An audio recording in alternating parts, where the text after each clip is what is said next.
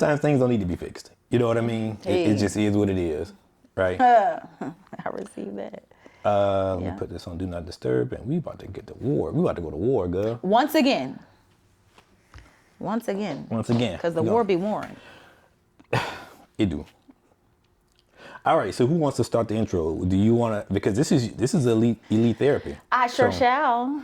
Greetings, everybody. Yours truly back again. Arianne, licensed therapist, board-approved supervisor, founder of Elite Therapy, a mental health group practice located here in Harvey, where I'm from, West Bank. Annie is. Right, and I have with me my lovely, amazing, just caring, thoughtful, supportive friend, Eric. Hashtag keep going. That's me. With me. Yes. Yes. Hey y'all. How y'all doing? Okay. I just told him the last time we were together here was 2 years ago, Thanksgiving. And today is Thanksgiving. 2 years later. Yep. I forgot. I completely forgot. I was like, wait, what? Mm-hmm. You were like, yeah, we did that. I'm like, wait, no. Yep. Yeah. Sitting right over there with the kids here the night before Thanksgiving, and I was watching it, and I saw myself just completely exhausted. Yeah. Because the kids were here. Then I think your friend from next door. Yeah, Fee. Fee had to come over here and kind of monitor the kids and stuff while we recorded it. I remember that. That was your introduction into podcasting. Yeah. Your first foray. The very beginning of the video, I just remember being like, and we didn't schedule that. No. Like we didn't schedule this. No. But that was like real life. Yeah, because I came over. I was like, hey, you know what you're doing or whatever. I said, let's hang out or whatever for a second. It's kind of like because you were talking about it, you were interested in it, and I was like, well, let me just come in and see what I can do. Let's try to talk. I'll bring my equipment or whatever. You're like, yeah, come on. It was completely impromptu. And you like, might as well. I mean, you're talking. You might as well go ahead on and let me show you how it works or something, And it's been on and popping ever since. Yeah. So there's some videos up, some podcast episodes that I'm very proud of, and this will be up much sooner than the other ones were up. Okay, I'm gonna be very clear about that. Even if I don't edit anything, I don't care. Yeah, I mean, look, we've always freestyled. So when it comes to like having conversations and stuff with you, like even when we'll FaceTime. I remember one time. Oh God, what I did. When you were in the process of getting everything together, like your podcasting equipment and stuff, and you were like, because you and Angie. And Angie on the phone, Pinky. And so, which I never call her Pinky. I will never call you Pinky. I know, but it sounds so Angie. weird for me to call her Angie. Angie, and I called her. She won't call me back. Right. Mm-hmm. But you called me. I was at work one day. I was like in between stores and stuff like that. And you were like, I need some help. I need you to help me figure out what I need to get or whatever. I'm like, okay, this is what you get. You get this, and this, and this. Yeah. And I remember that. And was that this year? Was that this year? Yes. Okay. Early this year. Yeah. Definitely, yeah. And it was amazing. Yeah. I mean, just being able to. It has been a journey for you particularly, because I remember you mentioning that you kind of wanted to get into it. Yeah. But then you were like, because it's so much that, man. It is. It's a lot, and a lot of people don't understand that. Like you guys, what y'all see is the final product. Yep. Y'all see the final product of how everything works, but you don't see the behind the scenes and the inner workings, and it does take a lot. And not only that, but you have to be on. If you want to do it at a certain level. Yeah. And I have to be conscious of that, because I'm not a perfectionist. Let me just put that out there. However, everything that I do, I want to do in excellence. And if it's not, I'm not doing it. You're not doing it. Yeah. I'm not doing it. Which I don't want to be like that, because I know a lot of things, sometimes you just got to start and it's not, right or excellent, which it's not. It's not. But I don't necessarily feel comfortable about that. And I think the biggest issue that a lot of people are especially people who are entering into this creative journey or whatever, is that they always, oftentimes they wait to the right moment to do it. Whatever that is. Yeah. And big newsflash, there's no such thing as a right moment. Like, I'm guilty. As you said it just now, you have to just start it. You have to do it. And you're going to have bumps and bruises. That's what you're that's what the intent is. Whenever you're recording something, whether you're doing a podcast, even for you starting Elite Therapy, there's going to be bumps and bruises that you have to weather through, because you're not going to be able to grow this into something amazing unless you actually go through the growing pains of growing it. And you have pain. to go through. Yeah, it's a lot. Yeah. Oh, I'm sure. Like, you're running a successful business. They got people out here, you know, like, oh yeah, I got a business, I'm an entrepreneur and stuff like that. You know, they still at their mama house and, you know, doing their thing, which, hey, I'm not judging that at all, because not only you're are doing we your not thing. judging, I wish I was one of them. Right. And I'm not joking about that. But yeah, At no, all. that's I get that. But but you actually have a fully functional, successful business It going. is. It really is. And successful. it's it takes a lot of work, a lot of dedication, a lot of prayer, you know, to involve yourself in something of this. Furthermore, the most important thing about all of this is that you're actually helping lives. You're changing lives. Now that is the big deal. That is worth it. Yeah. Look, I always say this, that the key to living a really full and successful life is not what you can accumulate, but it's what you can get rid of. It's what you can help others with, right? It's being a service to others. That's one thing that I've dedicated my life to, especially over the last, ever since this whole keep going thing has started. I've dedicated myself I've dedicated my life to helping others, to become a service of others. I love that. It can be overwhelming. It is overwhelming at times. But it can be rewarding too. It right? is rewarding, so for sure. That's for sure. I like that. Yeah. I like the get rid of. Yeah. Because we were, as I've stated before, I'm a board approved supervisor. So I have clients who are in therapy, and then I have a supervisee who's training to be an independent licensed therapist. Right. And we're having conversations about getting rid of the actual diagnosis versus treating it or managing it. You know what I mean? So she was having we were having a discussion about a client who was having symptoms of ADHD. Okay. And the response was, okay, well, let's take a trip back to the psychiatrist or follow up with the medication. I was like, whoa, wait a minute. Right. Can we get rid of this? Like, did we, discuss how are you sleeping? What are you eating? What are you drinking? What do you, right. What's your lifestyle look like to get rid of? So I want to have more conversations about getting rid of the diagnosis versus treating it, because people will suffer for years, decades, with depression. Clinical depression, acute, whatever depression. And I'm thinking in the back of my head, ain't nobody tell you ain't got to deal with this? And then they look at me like I'm crazy. Nah, I got to make you out a believer. Right. To make you, see that you don't have to suffer from depression. You have to change their mindset. Yeah, you don't have to live with anorexia. You don't have to. So then I have to go through the ringer of making you believe that, no, I know you've been dealing with this for like 20 years, but we can actually get rid of this if you'd like. That's not easy. No, I mean, it's not intended to be easy either, because you're dealing with someone who's been suffering, or I'm not going to say suffering, but you're dealing with someone who's been coping with this for decades. Yeah. Right? It becomes kind of their way of life. True. Right? Yeah. And for you to have to go in and diagnose something or to treat something, it's bigger than that. Like you have to determine the root cause of it, obviously, and then once you determine the root cause, then you get rid of it. This is what's happening. I love that. And I don't step outside of my realm, my scope of practice. And so my front line is, I need you to get some blood work. I need to, get your primary care physician. We need to be a team here. There's a continuity of care, because I am not a doctor, and I love what I do. Right. But getting rid of is the best part of what I do. That's beautiful. Yep. Because a lot of times nowadays especially, doctors don't do that. Neither are they trained to do. That's not the culture. Right. Yeah. So, I mean, you're taking.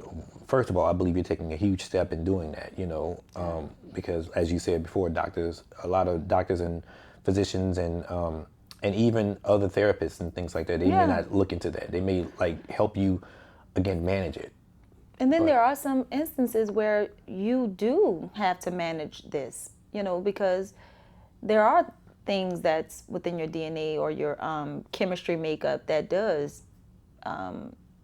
will come up more often than someone else's symptoms. So anytime we get a person in therapy, everything else goes out the window. I don't care about the statistics. I don't care about, what's on TikTok. What's going on with you? Right. So yeah. It's so funny they all use TikTok as a therapy. Oh my God, you should see Arianne, so look at this video. I'm like, okay. And I do. Listen, y'all know who I'm talking about. We sit here and we go through the video. And sometimes they can't find the video. So I'm like, okay, well, who's the person? Like, what do they do for a living? What's their license? Do they do continued education? What's the research here? Who are we listening to? I'm just saying, yeah. Oh, a stay-at-home mom with kids and who's telling you what you should do with your life mentally. Yeah. Oh, okay. Let's try to talk to an expert. I I'm agree. right here. That's I what don't know about that, but I know about this. Like, I'm right here. What are your thoughts on that anyway? On I hate to use the term gurus, but these self-help, self-taught, self-help, unlicensed influencers. Yeah. What are your thoughts on that? I think the intentions are meant to be helpful. Okay. So I can't sit here and act like you may not have good intentions. The topic of discussion is help. Right. Right. So I think the intentions are good. I think just we have to learn how to filter some of the information and figure out who is this information coming from. You know what I mean? Right. Because social media is it's not a real world. It's not. And I've been in a sad space texting happy emojis. Me. I'm sending congratulations while I'm wiping my tears because I'm frustrated or something. So you got to really pay attention to who you're getting information from. That's a very good point. Yeah, but I think they mean well. I don't know if they are informed enough to use the right verbiage. Right? And when I say that, I mean generalization, right? Right. So if you pay attention to what is going on these shows, these talk shows and these podcasts, everywhere everybody's saying you, right? They're using the word you. When you get in relationships and you feel like you're not being appreciated, you should X, Y, and Z. Or when women do this, men do this. So this is all generalization. Instead of saying when I feel unappreciated, I X, Y, and Z.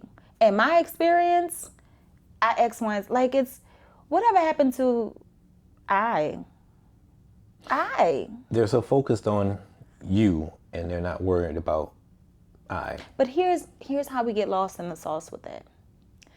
I relate to this person, or I can relate to you, or I feel seen when you talk about a certain topic because this is my life. Right. So my brain is not processing, oh wait, take some, leave some. My brain is not processing, well, yeah, I hear what you're saying, but that's not been in my experience. So I'm not going to take on what you're saying. Right. Just because it's familiar to me. Now, because I'm not doing that in my brain, I took on everything. And half of it is wrong because they don't know you. And a lot of times that's where the influence comes into play because they begin to think that they'll take in everything and not leave out the bad parts. They'll take in everything. Yeah, and they'll take in everything and then they'll begin to apply that, thinking that it'll be some type of reprieve from whatever they have going. Because I feel seen. And do you know how it is to walk around this earth and not feel seen? I do. I used this example before, Megan Ashley, who I adore. She mentioned, like, she was going through journals and, some of her journals were unfinished. And you guys may have heard me say this before, but she said she heard the voice of God saying you can always start over, meaning, you know what, just go get a new journal and start new. Right. And I said to myself, of course, oh, girl, me too. I got some unfinished journals. Let me just go get another journal. And I was like, wait, Arianne, wait a minute. That ain't what God told you. God told you finish what you started. Commit. Follow through. Keep going. Don't stop. Fight through it. Right. Now, mind you, I love this woman is a beautiful, God-fearing single mom. We have so many things in common, right? And so I'm like, bet, I'm going to get another journal. No, you're not. Wow. And I can still love her and appreciate her. But that ain't for me. Wow. You know what's fascinating about that? It's because I fall into that category. We all do it. Everything you said just now Yeah. is exactly the category that I fall into, because I have, first of all, I have about maybe 12 or 13 journals just kind of laying around. I think we all do. Sorry. And I've heard God say that, like, finish the story. I've heard him say that once before. And I never finish it. I always go to, well, I can finish it on this one. Why I don't? I can, yeah. I can finish it on this new journal. I can start over. You know what? I'm going to just start all over again, and then I'm going to finish the story from there. I just want to be obedient. Yep. I am learning that more than anything, especially as of this year. I am learning now to be a lot more obedient and listen more. You know, just listening to what God has for me and listening to what God wants me to do. That's so dope. Funny story. Kind of off topic, but it kind of on task. When I watched, it was Angie's. I think it was Angie's YouTube episode where she was kind of, you know, shouting out everybody and stuff like that, shouting out different people, and she said the video. She mentioned you, and I think she mentioned your book on there. Either she mentioned the book on there, or I remember seeing it, or she mentioned it before. Angie did. What obviously you didn't know and other people didn't know is prior to that, I was in a really dark place, and I was trying to figure out, like, what is it that I'm doing wrong? Yeah. Like, what is it? And I had this thought, like, well, you know, just go to work, go home. Don't be a creative anymore. Just go to work and go home. Just do your job. You know, just do that. And I'm like, no, I don't want to do that, because that's not what God had placed in my heart. And when it was Angie was the one who mentioned the book, your ebook. And it was about the inner child and the work and stuff. And I was like, okay, let me read this, whatever. When I read it, immediately I felt like a sense of, now you know. Stop. Yeah, I did. I felt like, now you know. Now you know what to do. And now you know who you're talking to is what like, because I was talking, bro, it was good. It was good. It was so good. And Don't cry, Arianne. Keep it gangster. now you know who you're talking to. Thank you. God had placed it in my heart where it was like, this is what I've been trying to tell you for the longest. Like, you know, you are fighting against you. You're fighting against your inner child. And your inner child is the one who is winning. And when I read your book, there was one part in your book, let me get it. There's one part in your book particularly that I said, nah, I gotta, no. So I'm about to get it right now. There's one part where it says, Wow. most of us are still in survival mode. Yeah. Just showing up every day doing what's required of us. There will come a time when we want better for ourselves. Yeah. And when I read that, I'm like, you know, I kind of feel like I'm in survival mode, you know. And then you said, this fear is a little bit off top, but this fear is simply the fear of the unknown. So while the fear feels the same, Yep. it is not for the same reason. Yeah. That was then, this is now. That's it. If you just give it time, your nervous system will calm down, and this will become your new norm. And I didn't even realize that's what was going on with me. Like, because I was so frustrated, my nervous system kind of like it's like a fight or flight thing, right? And you talk about that in the book too. And I was like, this is what I'm feeling right now. And then when you mentioned about how you should give your inner child a name, Yes. I gave mine a name. Really? Like, yeah, I mean, it's Lil E. Mine's like Lil, mine's Yanni. Yeah, Lil Yanni, yeah. So I was like, and Oh my goodness. yeah, it was eye-opening for me when I read your book, because it just really felt, at that moment, you knew how I was feeling without me even mentioning to you how I was feeling. Like, you knew, because this is something that, now mind you, I've been in therapy. You know, I haven't seen my therapist since May. But, you know, because I've been busy or whatever. But this made me realize I need to go back. It's something. Yeah, It's it is. something. And I just want to thank you for this book. Y'all, if y'all haven't gotten her ebook yet, it's a short read, but it's a very impactful read. It really is. It That was helped, intentional. Yeah. I was supposed to see that. I was supposed to see that at that very moment, at that exact moment, because I felt like I was lost. I felt like I was in a downward spiral of nothingness, and I felt like I was about to, like, just kind of give up on everything that I had been working so many years on. Yeah, and that's what God was saying. Like, this is what I've been telling you. I've been telling you. It's you. Yeah. Yeah. Yeah. We have, thank you for that, E. Because I remember I was sitting at the front desk typing that up, and I did that once I got out of my therapy session.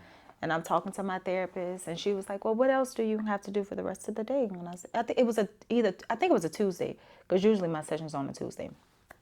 And the whole month of December is on a Monday, but I'm grateful for that. Right. That part. But she was like, well, what are you doing? I was like, well, you know, it's Tuesday. Just do some work. She said, don't you move from that seat until you are finished getting that book out of you. Get it out. Wow. That's how she talked to me. She knew me. She said, don't you move. Yes, ma'am. And I got it out. And I remember typing out. I'm a fast typer, and I just remember it flowing. And I didn't, like, wipe my tears, so it's just rolling. I'm rolling, sitting right there on that green chair. And I finished it, and the next day I, like, doctored it up and put the pictures or whatever. And I sent it just to see how people would respond to it. Yeah. Yeah. And every response that I got, I was so surprised. I was like, you my sister, you supposed to say that. Yeah. You my pinky. But, like, how is it? And then another client was like, yo, that was too short. It was. It was. She was, like, mad at me, like, what are you doing? Like, what was that? I wanted it to be all quality. I don't want it to be sentence fillers. I didn't want and it was descriptive or you know, some fancy. I want you to feel like you're in therapy, because what I wrote is what we talk about in therapy a lot more. But I know we have short attention spans, and I'm like, well, maybe on a flight you can read it, or just in a tub for an hour you can read it. I want it to mean something, because what it is healing. Yeah, it is. It really, again, it opened my eyes. It opened my eyes in the moment when I read it, and it's a very short, 20 minutes. Literally. Maybe 20 minutes or whatever. But there's so much meat inside of it, to where it's just like, okay. And I'm like everyone else, like, where's the rest of it? Like, you know, because I got to the glossary, I'm like, okay, hold on now. I know we ain't done. And then, I know. but it meant a lot to me.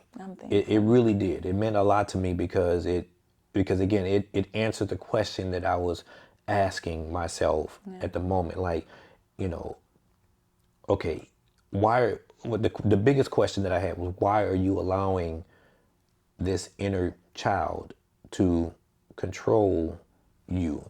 This inner child with all of these traumatic experiences. Because I immediately thought of one particular experience, you know, and I'm gonna get a little rolling dark with it or whatever. Or not even dark, but I'm just gonna kind of like talk about it. Real.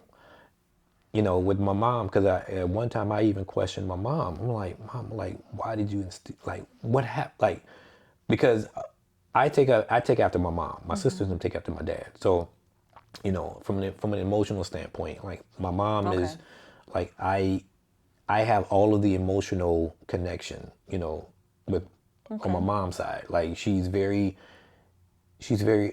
open, she's very free, she's very emotional and stuff like that or whatever. So I tend to get that way too. And sometimes when she will, like, I remember being younger, and whenever there will be amazing things that happen to her, and the minute there's some level of objection from someone else, from something else that didn't work out in her favor and stuff like that, she'll just immediately, like, dismiss everything. Okay. She'll be defeated, and she'll be defeated, and she'll be like, okay, well, I mean, I guess that's what it is. And And as I was reading the book, I began to think back to that moment where she would be that way. And I began to say, because, you know, I'm kind of that way too. Like if I think things aren't working like it's supposed to, I'll move on to something else.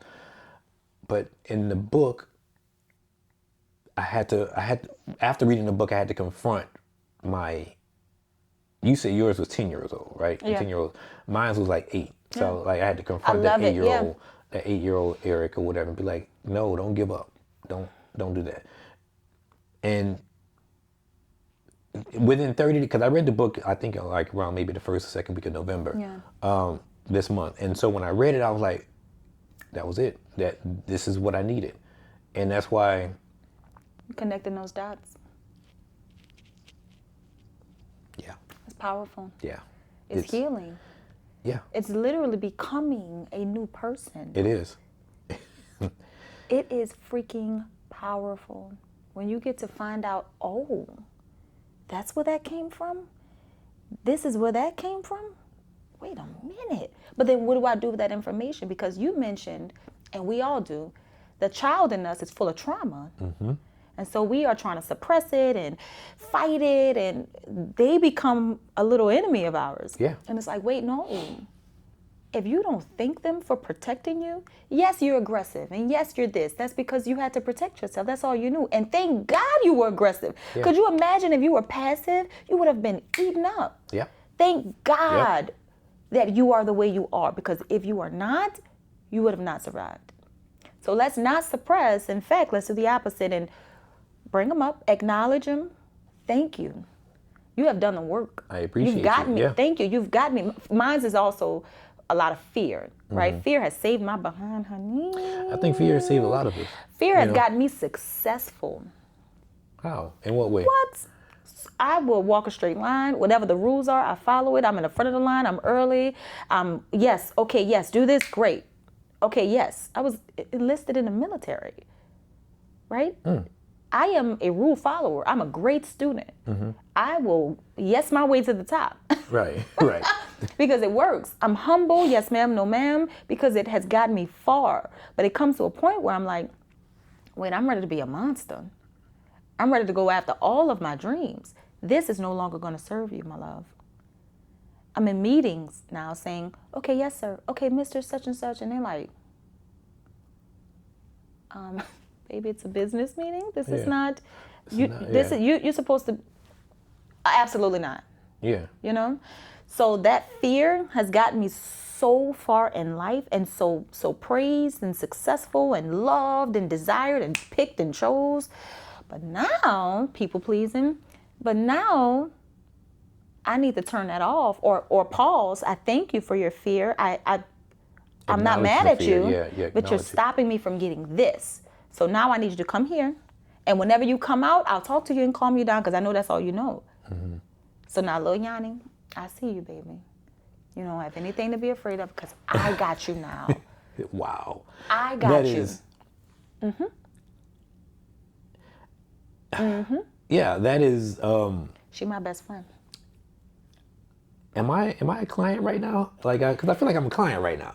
Because what you're saying right now is exactly how I am beginning to feel. Like, I'm beginning to feel that way, right? Like, I'll give you an example. So, I have another venture coming up. I have two things coming on right now. One is a short film that myself and my friend Janu Alicia, we're working on trying to. Yeah, her name Janu, amazing. Yes. Amazing person. She from the city, actually. She lives in Houston. Come on, Janu. Yeah. So we are in the process of producing and creating some short films and stuff like that. Okay. You know, there's a little bit of objection there or whatever with outside parties, but we're working on that, and we're going to get this thing done. And the second thing, it's coming. Yes, sir. It's not. Yes, sir. Look, again, Lil E, come on, okay. Sit right here. Don't you go nowhere. Chill. I got this. Chill, homie. There you go. And the second thing that I'm doing, which is going to be a little bit different, it's completely outside of my element.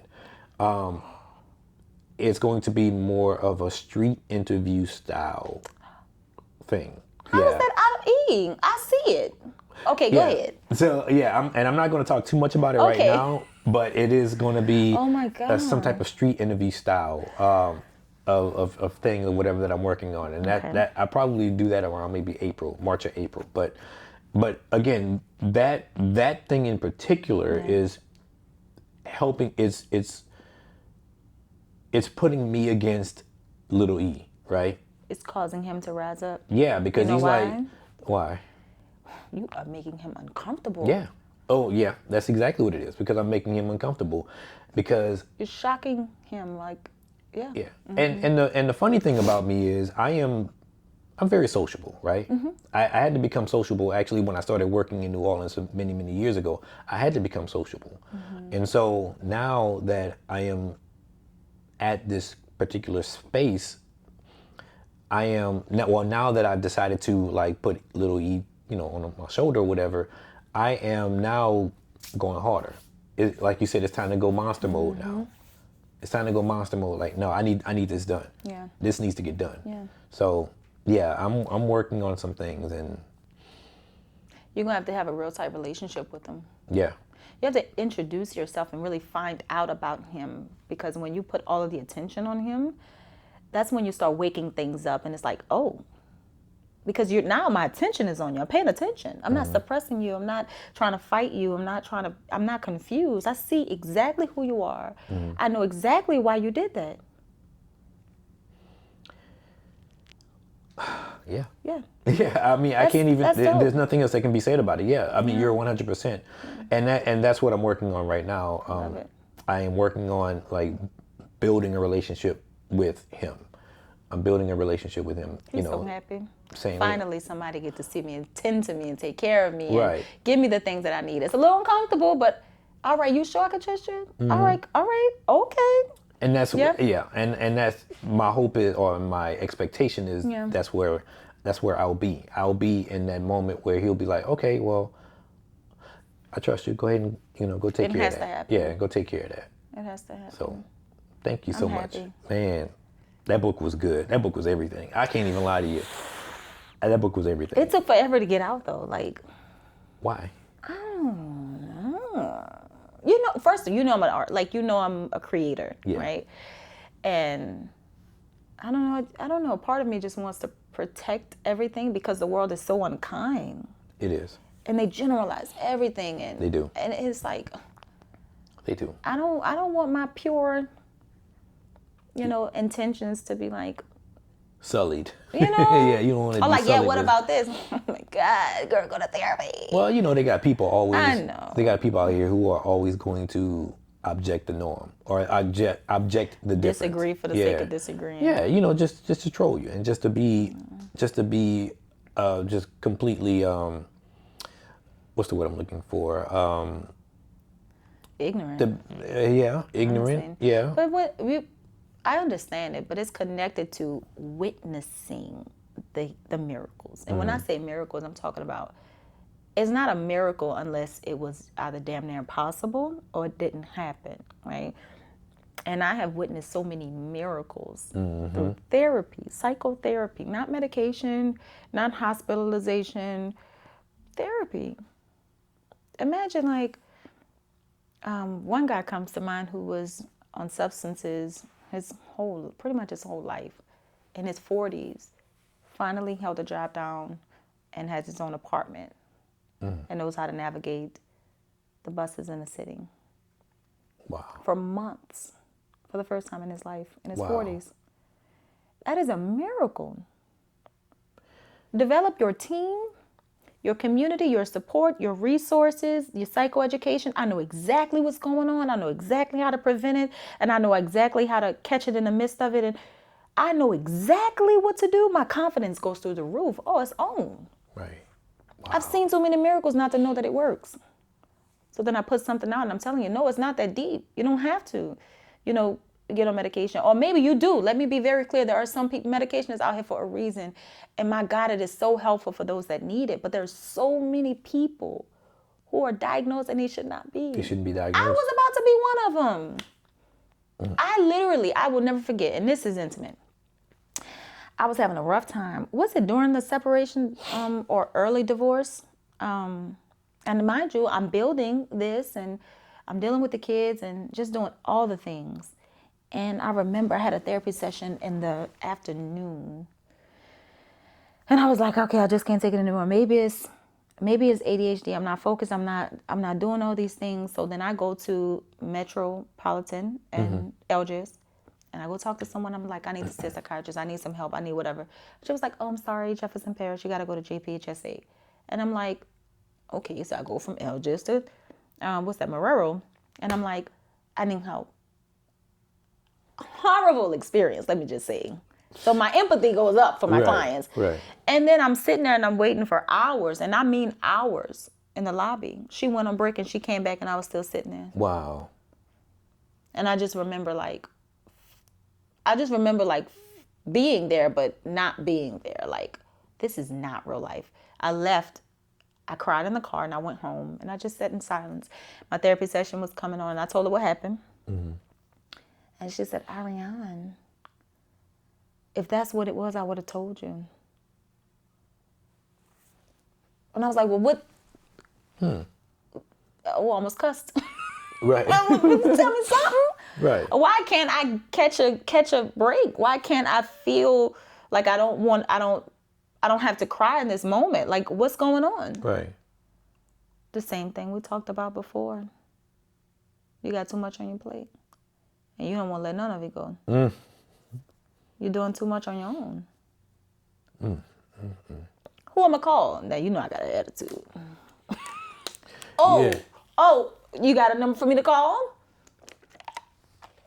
You got somebody for me? You gonna help somebody? Yeah, you gonna help me get somebody to remove some of this stuff so they can take care of that? Yeah, Miss Independent, you doing, well, who gonna do it?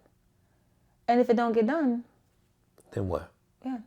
What next? What after? Yeah. What's the outcome if it don't get done?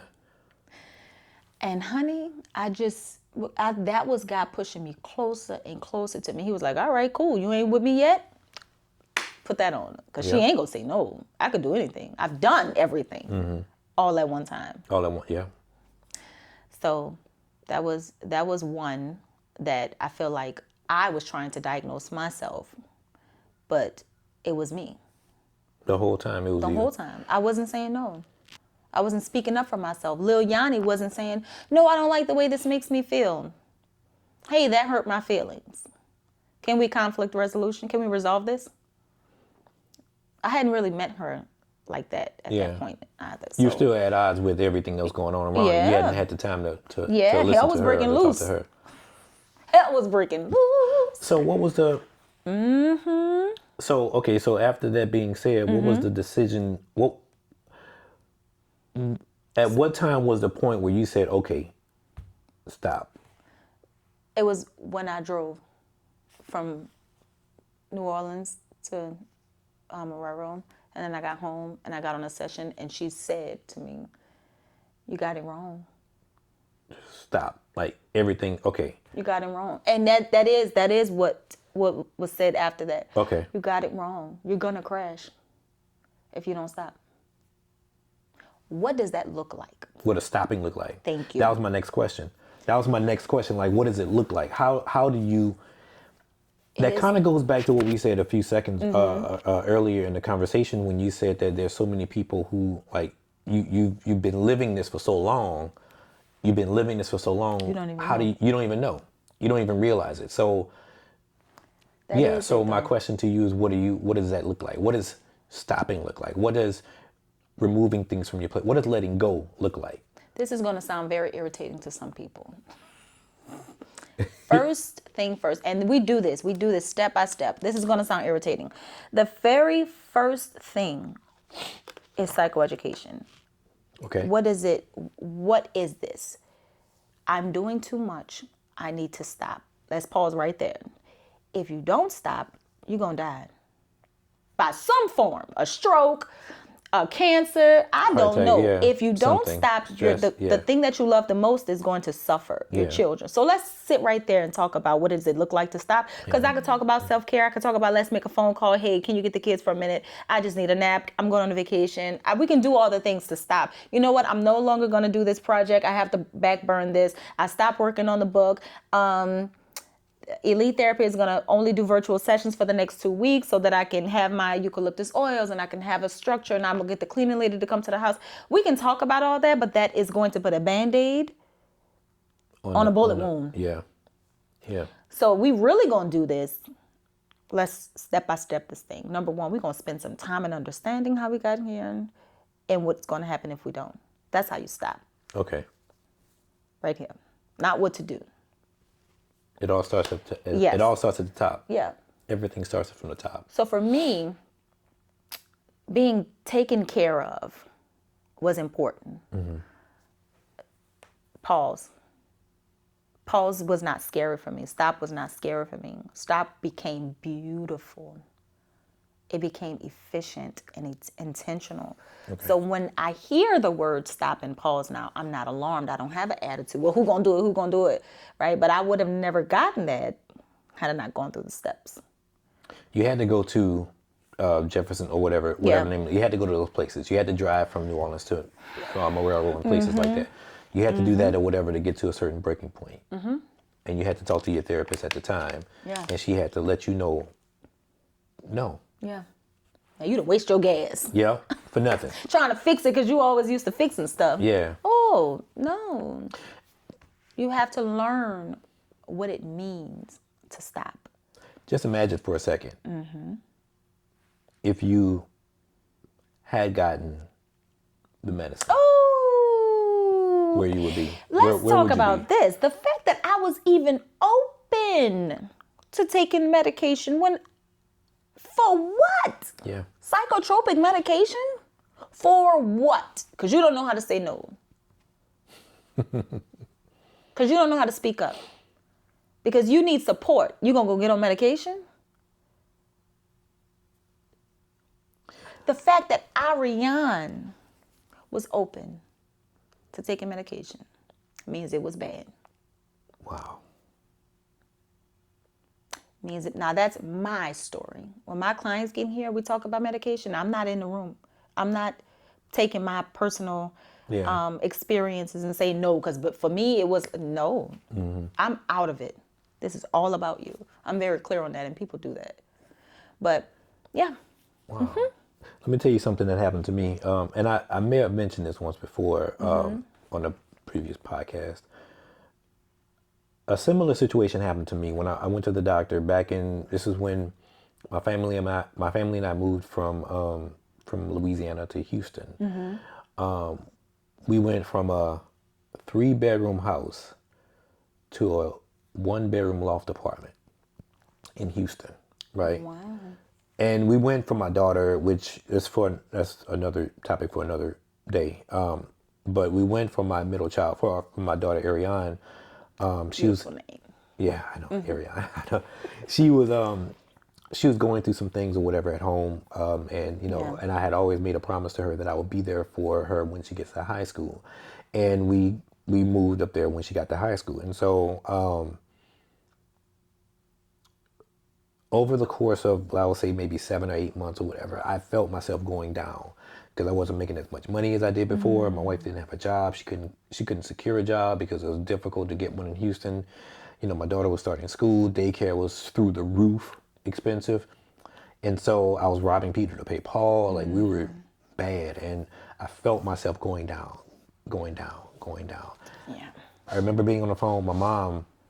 One day I was at work and I remember being on the phone with her, and she said, "Hey son, how you doing?" I said, "I'm good, Mom." She said, and she immediately said, "What's wrong?" They know. And as soon as she said that, I broke down crying. I immediately broke down crying. And mind you, this had been months of almost over a year of stress just sitting on me. And I never really figured out a way to remove it or to allow it to materialize so I can try to deal with it. Mm-hmm. Went to the doctor. The doctor told me that went to the doctor. The doctor said, she diagnosed me with depression. Yeah. She said, okay. I said, okay, well, what do I do? She said, well, I'm gonna let you take these. I'm gonna give you this prescription. I said, okay.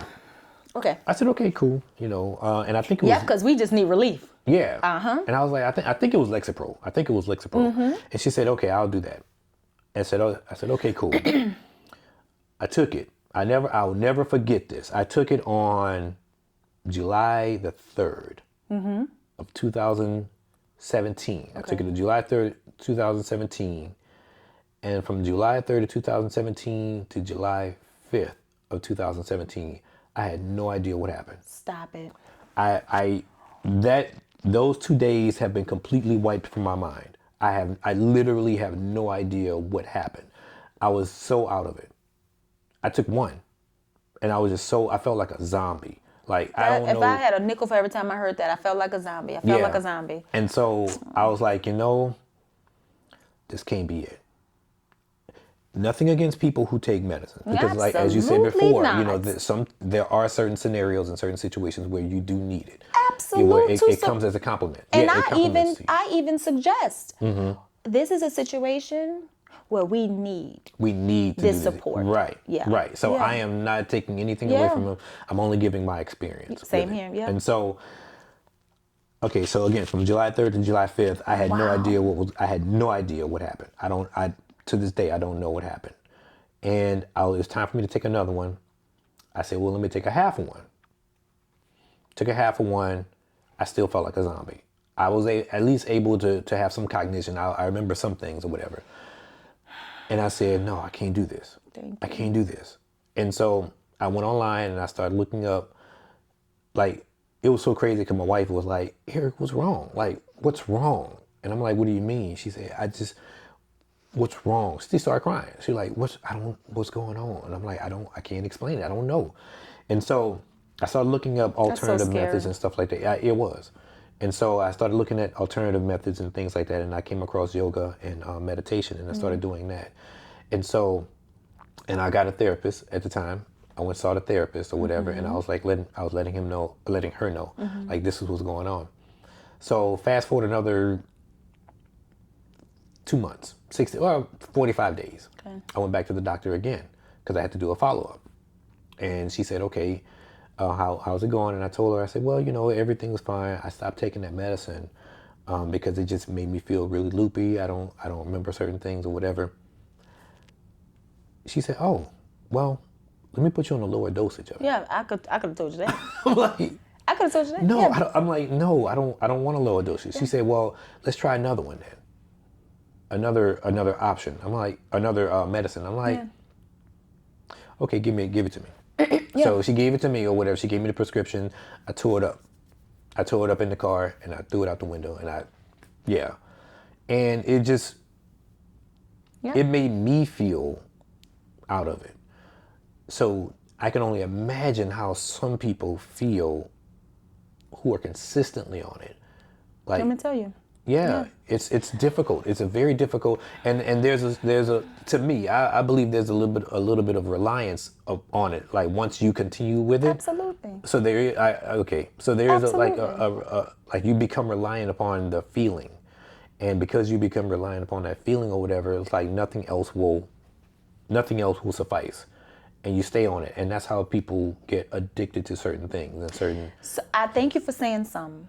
Thank you. Yeah, not all people are like that. Yeah. There are a lot of cases like that, but when people hear that, I hear it through the ears of generalization, and so I take it personal, right? And I'm begging, please do not take this personal. This is a very individualized situation that happens so often. Yeah. There is one that comes to mind where, I know we're talking suicidal. Wow. Yeah, I'm talking like there's no blood work. I don't know what's going on. There's no scans, and I go deep. I need to know what's going on the inside of this body of yours. Yeah. But we didn't have any of that, But just history and the current state, absolutely, I will take a zombie over death. Yeah. I will take a zombie over death, and I give this analogy where I can't talk to a drunk. Right? I can't tell you hurt my feelings. You ain't gonna remember nothing. Right. I have to wait until you sober up or your neurotransmitters are communicating and can understand how I feel, right? Right.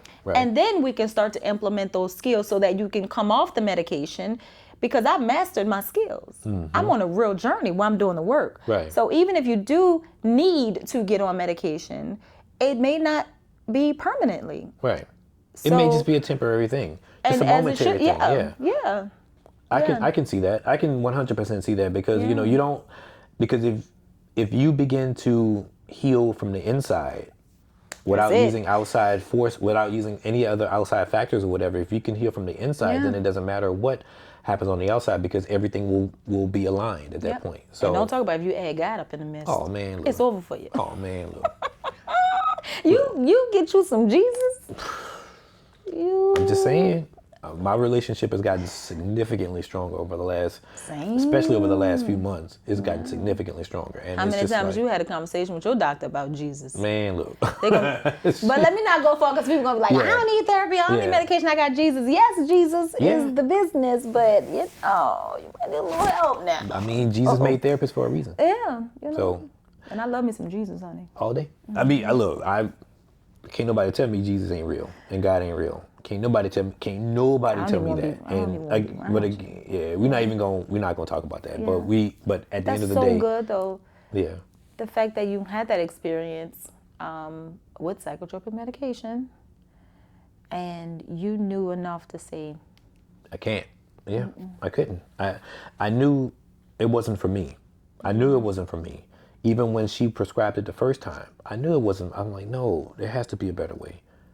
We just don't know. We just don't know. But to be fair, I'm so thankful that you saw a therapist because the therapist is on the front line. But we need our physicians. We need our psychiatrists. We need our psychologists and our neurologists because I think we work better as a team. Yes. You know. Yes. But a lot of people don't know I am not going to my doctor for my mental health needs. Right. You know, I need to go to my therapist to figure out how to deal with life. Right. You know, if I'm going to my doctor, well, first of all, yes, I'm going to my doctor for my mental health needs. Let me take that back. Yeah. Because I do need some blood work and I do need, you know, for them to look at what I'm taking just to see if it's good. Because there's so many supplements that are helpful too. Right. And they have these patches, like these focus patches. Someone put me on it. And I bought it to my doctor. Right. I was like, take a look at this. Look on the back of it. What you think? And she was like, okay, this is, she's like going through it with me. Right. I got a relationship with her. I mean, I'm not in her business, but, you know, but it's, I feel safe and I feel seen. And I'm like, yes, I'm taking these supplements. Am I overdoing it over here? Is this too much? Because I know my regular vitamins have this, but I'm also taking this. And she was like, yeah, let's not take that. Let's keep, you know, over here, you're good. Keep it simple. Keep it. And she knows how I feel about mental health. Right. So, honey, you got to get locked in with your team. Again, that's on the in the ebook as well. You know, having a village. Creating a village. The village, because so many of us, including myself, do not have one. You have to create a village. A team of people. Yeah. Yep. You have to have. And you can. I agree with that. Yes. I think everyone should at least have three things. They should have a person they can confide in. They should have a person that's going to give them the real, and they should have a person that's going to be a cheerleader. And it shouldn't be the same person. It should be three different people, in my opinion. I think, you know, because that's how I have a village of people. I only have three people that I can consider my best friends, right? And these three people, one will hold me completely accountable for stuff. I'm sorry. Sorry for cussing. They will hold me completely accountable for stuff. The second one will 100% always be my cheerleader. The one that, like, you know, look at you. Like, I see you doing you. Just speak words right into you. Just speak into you. Yep. And the third one will always be there whenever I need something to get off my chest or whatever. Like a person. Like, that's my that third person is my person. Yeah, my diary. Yeah. Right. So I think everyone should have that. They should have some type of tribe, some type of village or whatever that will allow you to, because having it in will not, it's never good for you. There's an old saying. It will do what it's supposed to do. It will pop. There's an old saying that I live by now. It says anger corrupts the container it's carried in. Right? Wait, say that for me again. Anger corrupts the container it's carried in. So that means that, like, I'm stealing. Yeah, so the longer you keep things in, right? It's gonna mess you up. Yeah, whether it be anger, whether it be hatred, whether it be toxicity or whatever, it begins to corrupt you. The longer that you keep it in, the longer it continues to become toxic within you, and it will manifest itself. It will manifest itself, right? It'll manifest itself physically in some type of stress, some type of cancerous issue, some type of stroke, heart, whatever. Let me tell you how I literally mirror that in session. So I'll say, imagine you're a client, and I say, let's just talk for a second. Child, my clients know me. Right. I say, there's these hormones. It's called cortisol, right? Yep. And let me just show you how to get down. Now, just imagine you're stressed, or you're like, oh, I had a thought, now I'm pissed. What it does, it just visualize with me. It goes poof, all throughout your little body, right? And it's just roaming around seeking who it may devour. But you know what? It's only going to go to a place where there's already like a vulnerability. Like, oh, she used to have sciatic nerve pain. Or, oh, she clenched her teeth in her sleep. Let me just go chip a tooth real quick. Or you know what? She got bad vision and she get headaches. Let me shut her down with some migraines. So it's just roaming around. All these little hormones going through your body. All your toes and everything. And it's like, how we going to jack up? Because she's stressed. I mean, that's what we're here for. I'm about to give her some headaches. And one client went, oh, I started having bad headaches. I said, no. She's like, Arianne, no, serious. I was like, oh, hold tight. We have more. Right. We have more. But now let's just say, but you ain't stopped there, because clearly you ain't stopped, right? And then I go, I'm about to make her muscles start spasms and lock up on them. Because you used to be a track, so you got a couple injuries. Right. And so we go deeper into it, but literally how you're saying is that stress is going to eventually shut you down. Yeah. It'll find a vulnerable spot, and it will attach itself to that vulnerable spot, and it will continue to break it down. It will create toxicity within that spot. And in 100%. relationships. Oh, 100%. When it used to come to money, that was my anxiety would come from finances. From finances. Mine would spill over in like passive aggressive. So it's like, oh, what you want to eat today? I'm good. I'm not hungry. Can we talk about getting to this money? Right. Right. You know what I mean? Right. A whole attitude, but it was anxiety. But yeah, stress will do a number on you, and you don't even know that it's there. So when we talked about before, well, you overwhelmed and you feel like you need medication, but how do you stop? That is how you stop. You find out, how is this hurting me? So when you start noticing I'm stressed again, you can automatically go back to, oh, what I'm not about to do is have no headaches. That part for real. What I'm not about to do is allow you to give me a migraine, right? Yeah. So then I can connect it to something. Now this stress becomes something physical and tangible and something that I can see. If I continue to say yes to people, if I don't speak up for myself, because now I'll be thinking about it over and over again. I should have did this. Girl, you stupid. Girl, you scared. This. It's like, if I don't do this, I'm going to end up spazzing out on my babies. I'm going to do this, and I'm going to create this guiltiness. Oh, no, I have to. You got to. See, you see how that knowledge makes you behave? Yeah. The whole CBT. I see I'm stimulated. I think, I feel, I do. I think, I feel, I do. I think it goes so fast. It's like, oh, no. You're not about to give me no money. I'm tired of taking Tylenol. Yeah. Tylenol is not good for you anyway. It's not good for you. Like, don't get me started. Yeah, man, look, you keep taking that Tylenol, you're going to end up with an ulcer, which again, it begins to manifest itself in other ways. And, Thank you. And the sad thing now is that because it's so, that's something that you mentioned in the book too about, with the stress level of people now, like, during, like, with Katrina happening, with COVID and things like that, like the anxiety levels have far exceeded the actual your body chemistry. Like, so you can't even, the world has put so much like, more. it becomes almost commonplace now for you to have high anxieties. You would be surprised at the amount of people that walk around like this. Shoulders up, like, because they carry a lot of their stress on their shoulders. So yes, E.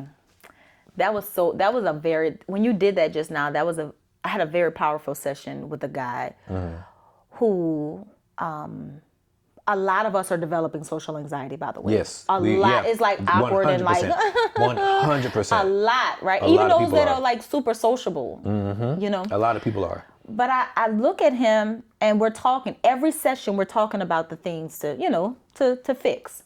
And I said, Like now he knows when I tap my shoulders, his whole body go, damn, I really look like that? You have to relax. Yes, you have to relax. So one of his protocol is stretch.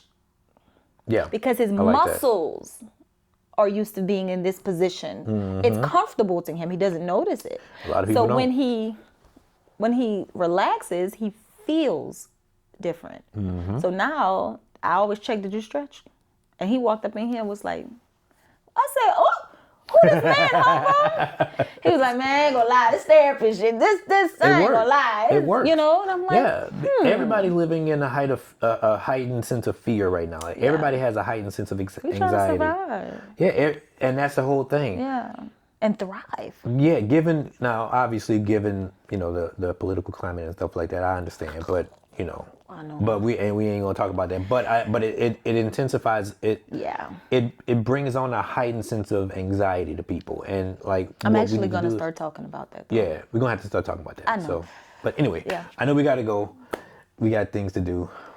I don't want to go though. I know, right? We could talk for like another hour. I know, but I gotta go get the kiddos. Okay. Yeah. Before you leave, I got something for you. Then go get it. I got something for you. It's my birthday. It's my birthday. And you know, I have my glasses on. What is going on here? What I decided to do was I decided to bring a little gift for yourself and for Angie. Okay. This is for Angie. Okay. Put that over there. I got you. And these are for you. I'd like you to take a look at it. Now, but it does come with instructions. Okay. So, I want you to keep one, and I want you to give one. Oh my goodness. You choose which one you want to keep, and you choose which one you want to give.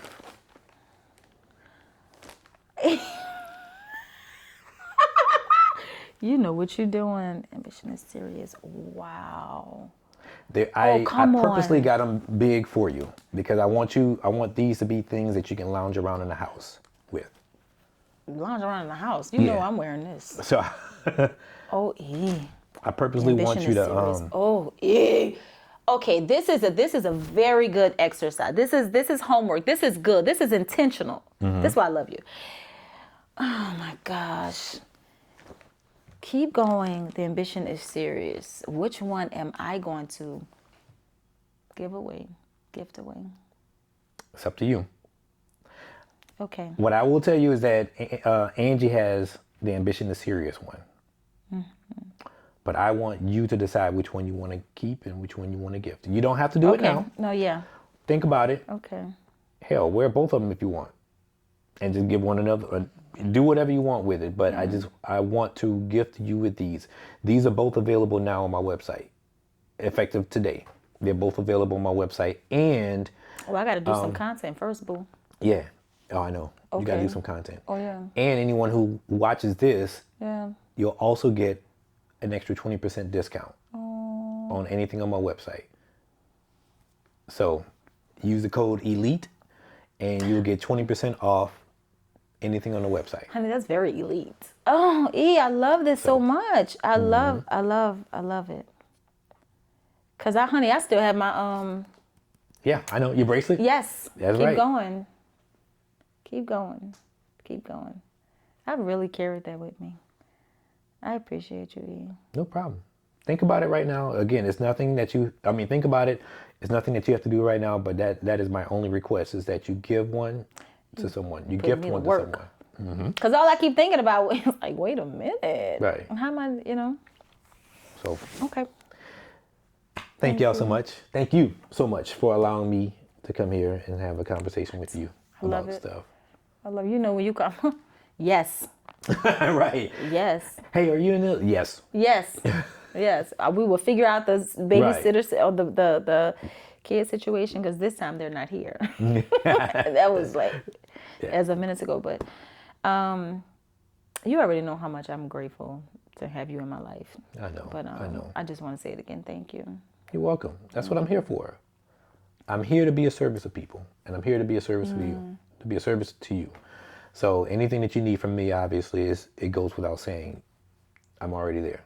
Thank you. So again, thank you for letting me come on your platform and talk therapy and talk Grace the podcast. Grace the podcast with some amazing stuff. You said it, I didn't. Yeah. Yeah. All righty. Listen, for those of you who are thinking about taking medication for some symptoms that you're having, whether it's depression, anxiety, ups and downs, the season of depression is here, seasonal depression, I would caution you, please seek a therapist first. Maybe get with your doctor to get some blood work just to see, if you do need it. Because if you're thinking about taking it, if you've never taken it before, that means it's pretty bad. So just please remember that we're here. I work on holidays for a reason. I don't take on too many clients, but Elite Therapy is here. We love you. We thank you. Please share this content with someone. I hope that it helps. Also, the ebook is online. I hope that it helps. It's a short read. Love you. Bye. Peace out. Gang, gang! All day. Keep going.